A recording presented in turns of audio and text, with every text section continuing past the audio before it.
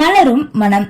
சங்கரேஸ்வரி அதிலிருந்து மலரினை காண வேண்டும் எப்படி என்று தெரியாது போராடியவன் அன்னையை அவரின் ஊருக்கு அனுப்பிவிட்டு தடுமாறி கொண்டிருந்தான்.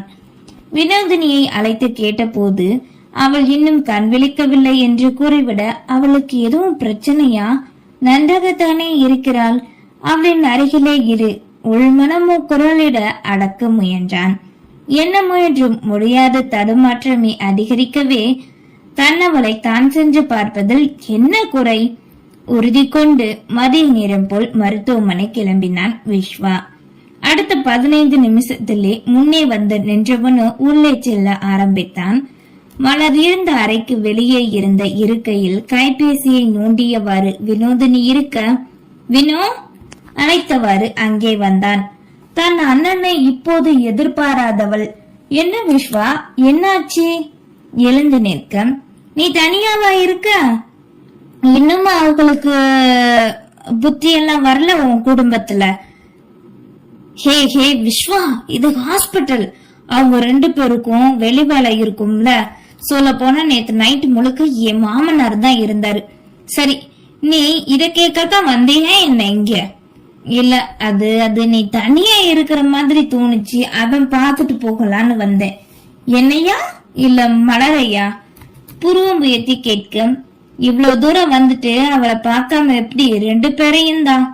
உடன் பிறந்த உதிரமாகி விட்டாலே கண்டுபிடித்து விட்டாள். ஆனால் நேராக கேட்க மாட்டேங்கிறாள் என்பது நன்றாக புரிந்தது. சரி, அப்போ ஒரு 10 நிமிஷம் இங்கே இரு, நான் கேண்டீன் வரைக்கும் போயிட்டு வந்துடுறேன். தன் அண்ணனை தனியே விட நினைத்தே கூறினாள். சரி, போயிட்டு வா. கூறவே வினோதினி சென்று விழிகளை விட்டு மறைந்ததும் மலரின் அறைக்கு நுழைந்தான் விஸ்வா. நேற்று இரவு தான் காணும் போது எப்படி இருந்தாலோ இப்போதும் அதே போல் வெளிரிய முகத்தோடு கிடைக்கவே அருகில் கண்டவாறே நெருங்கினான். மெல்லிய விரல்கள் 2ஐயும் பற்றியவனோ, ஐ லவ் யூ மலர். தயவுசெய்து எப்படி என் மேல உங்களுக்கு காதல் வரலான்னு நீ கேட்கலாம். ஆனா அப்படி கேட்காத. என்கிட்ட பதில் இல்ல. எனக்கு நீ என் வாழ்க்கை முழுக்க முழுக்க வேணும்னு தோணுது. நீ இப்படி இருக்கிறத என்னால பார்த்துக்கிட்டு வெளியே இருக்க முடியல. உன் கூடவே இருக்கணும் போல இருக்கும் மலர். உன்னோட கடந்த கால வாழ்க்கை எதுவுமே எனக்கு தேவையில்லை. நீ எடுத்த இந்த மறுஜென்ம பொறுப்பு எனக்காக மட்டும்னு தோணுது. பிளீஸ், உன்னோட மனசுல எத்தனையோ காயங்கள் இருக்கலாம். என்னால நிச்சயமா அதை தீர்க்க முடியும். அப்படியே முடியலனாலும் இனிமே வேற எந்த காயமும் வராம நான் உனக்கு தடுப்பா இருப்பேன். என் காதலை ஏத்துக்கோ. நீ இப்ப கண்ணை திறந்து எனக்கு சம்மதம் சொல்லு மலர். நான் உனக்காக இப்ப வந்து காத்துக்கிட்டு இருக்கேன். என்ன ரொம்ப தவிக்க வச்சிடாதம்மா. மனமோ கலங்க பற்றி இருந்த கரங்களை தன் நெஞ்சுக்குள் புதைத்தவன் அவளின் முன்னுச்சியில் மென்மையால் இதழ் ஒற்றலை பதித்தான். விஸ்வாவின் மனதில் மலர்ந்த காதல் மலர் பூவின் வாசம் இன்னும் மலரிடம் சென்றடையாமல் தடைபட்டு கொண்டிருக்க, அவனின் ஸ்பரிசம் வெப்பம் கொடுக்கும் இதம் பரவவே தன் கரத்திற்கு இன்னும் வேண்டும் என்பது போல் அதனை உணர்ந்து மெல்ல மெல்ல வெளி திறந்தாள் மலர். இமைகளின் அசைவினை கண்டுகொண்ட விஸ்வா விடாது அவளின் கரங்களை பற்றி கொண்டே, மலர் மலர் தவிப்பாய் அழைக்க செவியை தீண்டிய தன் பெயர் தெளிவில்லாத பிம்பமாய் காட்சி கொடுத்தான் விஸ்வா. வைரத்திடம் சண்டையிடும் போது தடுக்கவென்று முதல் முறை விஸ்வாவின் கரங்களை பற்றிய தொடுகை இன்னும் ஆழமாய் தன் மனதில் இருக்கவே அதே தொடுகையை இன்று உணர்வது போலிருந்தாள் மலர். தொடுகையை வைத்து கண்டுபிடித்தவளுக்கு குரலினை வைத்து கண்டுபிடிக்க முடியவில்லை. அவனின் குரலோ வித்தியாசமாக மாறி தவிப்போடு இருந்தது. சிரமப்பட்டு அவனை காண விழித்திறந்து முயற்சிக்க தெளிவில்லாத விழிகளை கூசும் பிம்பம் மட்டுமே. விஸ்வாதான் என்பது மற்றும் நன்றாக தெரிய முயற்சி செய்து முடியாமலே போக இமைகளை மூட ஆழ்ந்த நித்திரைக்கு சென்றாள். தன்னவளிடம் அசவினை உணர்ந்த விஸ்வாவோ சந்தோஷமாகவும் நிம்மதியாகவும் உணர்ந்தான். அவள் தன் காதலை ஏற்றிக்கொண்டாள் என்று எண்ண தொடங்கினான்.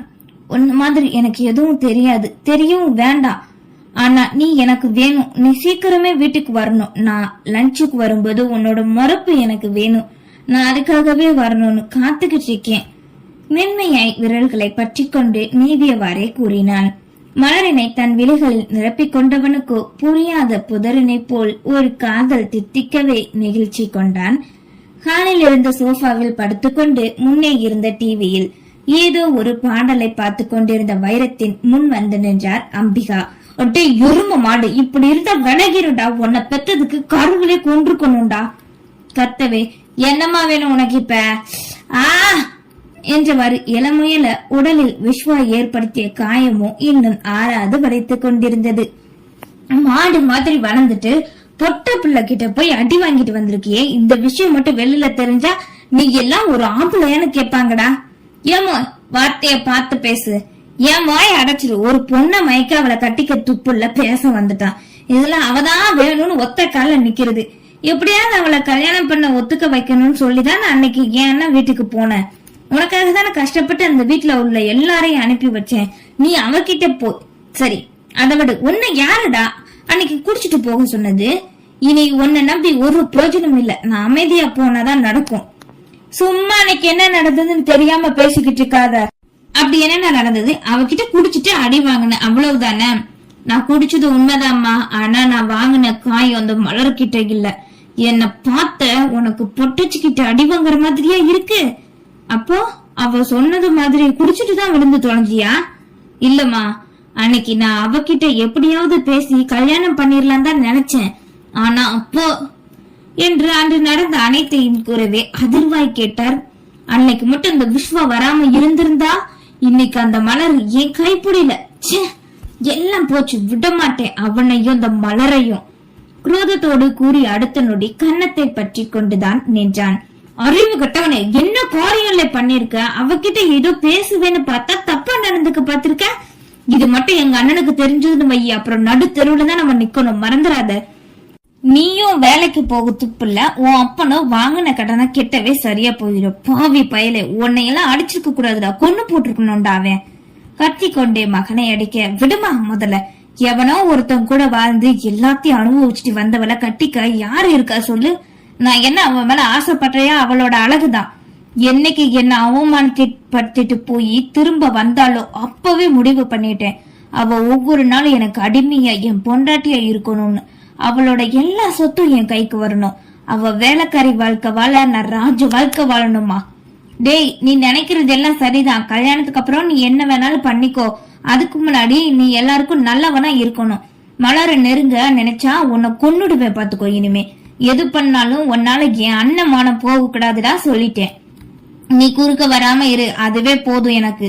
சரி, எங்கே கிளம்புற மாதிரி தெரியுது? சொல்ல வந்தத சொல்லாம உன்கிட்ட சண்டை போட்டுட்டு நேரத்தை போக்கிட்டேன் பாரு. இப்படி படுத்து கிடக்காம உருப்படியே ஏதாவது வேலையை செய்ய. நான் ஹாஸ்பிட்டல் வரைக்கும் போயிட்டு வந்துடுறேன். எதுக்கு ஹாஸ்பிட்டலு? அதான் அந்த மலரை 2 நாளைக்கு முன்னாடி கோவத்துல திட்டி போட்டேன். இத்தனை நாள் வராத கோவமும் ரோசமும் புசுக்குன்னு வந்து தூக்க மாத்திரையை தின்னு தொலைச்சிட்டா. என்ன பண்ண, ஒரு எட்டு போய் பார்த்துட்டு வந்துடுறேன். அப்புறம் என்னாலதான் நினைச்சிட போறாங்க எல்லாரும். நின்னு நானும் வரேன். மாமாவை நம்ப வைக்கணும்ல, யாரையாவது விட்டு மறுபடியும் மெல்ல கல்யாண பேச்சை எடுப்போம். சரிடா, இப்படியே வராத. கையும் கழுத்துமா சேர்ந்து ஏதோ மாட்டி இருந்தீங்க, அதை போட்டுட்டு வா. அப்பதான் ஒன்னாலையும் முடியலன்னு நம்புவாங்க. சீக்கிரம் வந்து தொலை.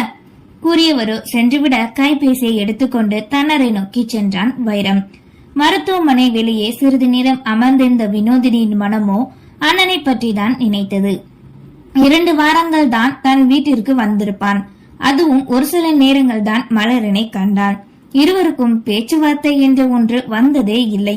பின் எப்படி மலரின் மீது விஸ்வா காதல் கொண்டான்? ஒருவேளை இது பரிதாபத்தால் வந்ததா?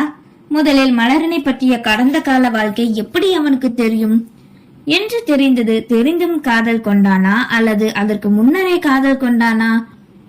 எது எப்படியோ, விஸ்வாவினை பொறுத்தவரை அவனுக்கும் சரி. ஆனால் தன் பெற்றோரனை இதனை எப்படி ஏற்றுக்கொள்வார்கள்? மலர் 2வதாக அண்ணனை திருமணம் செய்து கொள்வாளா? இப்படி நடக்க முடியாத பல கேள்விகள் இருக்க எந்த நம்பிக்கையில் விஸ்வா இருக்கிறான்? நினைத்து கொண்டே அமர்ந்திருந்தாள். நேரம் சென்று 1/2 மணி நேரத்தினை கடக்கவே விஸ்வா திரும்பி செல்ல வேண்டும். அவனுக்கும் வேலைகள் இருக்கும் அல்லவா? நினைத்து கொண்டு மலர் இருந்த அறையை நோக்கி சென்றாள்.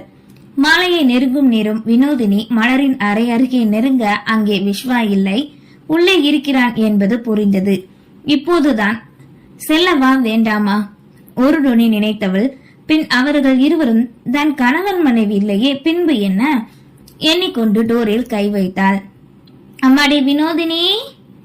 தன்னை யாரோ அழைக்கும் சத்தம். திரும்பி பார்க்க அங்கே பரிமளம், அம்பிகா, அவரின் மகன் வைரம் மூவரும் நின்றிருந்தனர். ஒரு நாளைக்கு கடந்து 2ஆம் நாள் வந்துவிட்டது. வெகு சீக்கிரம் பார்க்க வந்து விட்டார்கள். நினைத்தவளோ வரவேற்கும் விதமாய் அவர்களை கண்டு தலையசைத்தார். என்னம்மா மலர், இப்படி பண்ணிட்ட? இப்போ எப்படி இருக்கானா? அவளுக்கு ஒண்ணும் இல்லையே. எவ்வளவு தவிச்சு போயிட்டு தெரியுமா நாங்களாம்? கேட்டவாறே நெருங்க மலரின் அரைக்கதவினை லேசாக திறந்தாள் வினோ. மலருக்கு ஒண்ணும் இல்ல, இப்போ நல்லாதான் இருக்கா என்று வினோதினி கூற, தன்னவளின் முகத்தையே கண்டவாறு மறுபடியும் கண்வெடிப்பாளா என்ற ஏக்கத்தோடு பார்த்து கொண்டிருந்த விஸ்வாவிற்கு தங்கையின் வார்த்தை செவியில் விழுந்து கலைத்தது. வினோதினி யாரையோ அழைத்து வருகிறார் என்பது புரிய மலரின் கரங்களை படுக்கையில் வைத்து எழுந்து நிற்க உள்ளே மூவரோடு நுழைந்தாள். முதலில் வினோதினி, அவரை தொடர்ந்து இருவர், கடைசியில் வைரம் என்று அனைவரும் உள்ளே நுழைய வந்தவர்களின் பார்வையோ நின்றிருந்த விஸ்வாவின் மீது அதிர்ச்சியாய் பதிந்தது. வைரமோ நிறுத்திவிடும் கோபத்தில் அவனை கண்டிருக்க, தன்னவளை இவர்கள் காயப்படுத்தியது நினைவு வர அக்னியாய் கொந்தளித்துக் கொண்டிருந்தான். விஸ்வாவின் கூறிய பார்வை வீச்சு தாங்க முடியாது வினோதினியோ பயம் கொள்ள, என்ன தம்பி நீங்க இங்க? பரிமளம் கடமையாக கேட்டார். அது செவியில் விழுந்ததும் விழாதது போல், வினோ எனக்கு நேரமாச்சு, நான் கிளம்புறேன், நீ இவ்வளவு பத்திரமா பாத்துக்கோ, நான் மறுபடியும் வரேன் கூறிவிட்டு நகர்ந்தான். வைரமும் விஸ்வாவும் எதிரெதிர் அருகே நின்றவாறு கடக்க, விலகியே இரு என்பது போல் விலைகளால் எச்சரித்துக் கொண்டான் விஸ்வா. அறையினை விட்டு வெளியேறி விடவே, என்னம்மா உன் தம்பி நான் கேட்டது எதுவும் சொல்லாம போறாப்புல? வினோதினியிடம் கேட்டார். மன்னிச்சிருங்கத்த, அவனுக்கு வேலை அதிகம், நான் வேற எனக்கு துணைக்கு அடிக்கடி வர சொல்லியிருந்தேன்னா அந்த கடுப்புல இருக்கான், வேற ஒண்ணும் இல்லத்த. ஏமா நீ என்கிட்ட ஒரு வார்த்தை சொல்லியிருந்தா நான் சும்மா தானே வீட்டுல கிடக்கேன், வந்திருக்க மாட்டேனா என்ன? இந்தாமா இதுல பழம் எல்லாம் இருக்கு, வச்சிரு கூறிய அம்பிகா மலரின் அருகே நாடகம் நடிக்க தயாராகினார். தங்கச்சி மாமா இல்லையா? வைரமோ தான் நடிக்க வந்தது அவரின் முன் தானே என்பதால் வினோவிடம் கேட்க, இல்லன்னு மாமா நைட்டு வரேன்னு சொன்னாங்க, உங்களுக்கு இப்போ உடம்பு எப்படி இருக்கு? அவனின் காயங்களை கண்டு கேட்டாள் வினோ. வலிதாமா ரொம்ப, பரவாயில்ல, எல்லாம் ஏன் தப்பு தானே. அப்பாவியாய் அவனுக்கும் குரலுக்கும் சம்பந்தமே இல்லாதது போல் கூறினான். அவன் கூறிய வார்த்தை, உடல் மொழி, செய்கை, இது அனைத்துமே பொய் என்று அறியாத அளவுக்கு வினோ சின்ன பிள்ளையா என்ன நினைத்து கொண்டாள். ஏன் ஆதங்கத்தை கொட்ட, நாங்க ஏதோ பேசணும், அத போய் பெருசா எடுத்துக்கிட்டு இப்படியா பண்ணிட்டாலே பாவி மக. உன்னை விட்டா எங்களுக்கு மகன்னு சொல்லிக்க யாரடி இருக்கா? அம்மா மாதிரி உன்னை செல்லமா வளர்த்தோமே, இப்படி கிடக்குறது பார்க்கவா நாங்க இருக்கணும் சொல்லு என்று பரிமளம் புலம்ப, அண்ணமக செல்வத்தை கொண்டு வந்த லட்சுமியேன்னு சொல்லி சொல்லி வளர்த்தேனே, ஏதோ போதாத காலம் உன் வாழ்க்கையில என்னென்னவோ நடந்து போச்சு, அதுக்காக இப்படியாடி பண்ணுவ? இத்தனை நாள் நல்லா தானே இருந்த, இப்படி திடீர்னு சாக பார்த்துட்டியடி. உனக்கு ஒண்ணுன்னா என் அண்ணன் உயிரோடையே இருக்க மாட்டானேடி. நல்ல வேலை அந்த கடவுள் புண்ணியத்துல உனக்கு ஒண்ணும் ஆகல. அத்தை நான் இருக்கேம்மா, நீ எதுக்கும் கவலைப்படாதம்மா ஆறுதலாய் கூறுவது போல் அம்பிகா ஒப்பாகி வைக்கவே அனைத்தையும் தன் ஆழ்மனதிற்குள் கேட்டுக்கொண்டே இருந்தாள் மலர். இவர்கள் பேசுவதை கேட்ட வினோவிற்கு தன் தலையை சுற்றியது. 2 நாட்கள் முன் எவ்வாறெல்லாம் பேசினார்கள், ஆனால் இன்றோ கேட்டு தலையை சிலுப்பிக் கொண்டாள். நன்றி.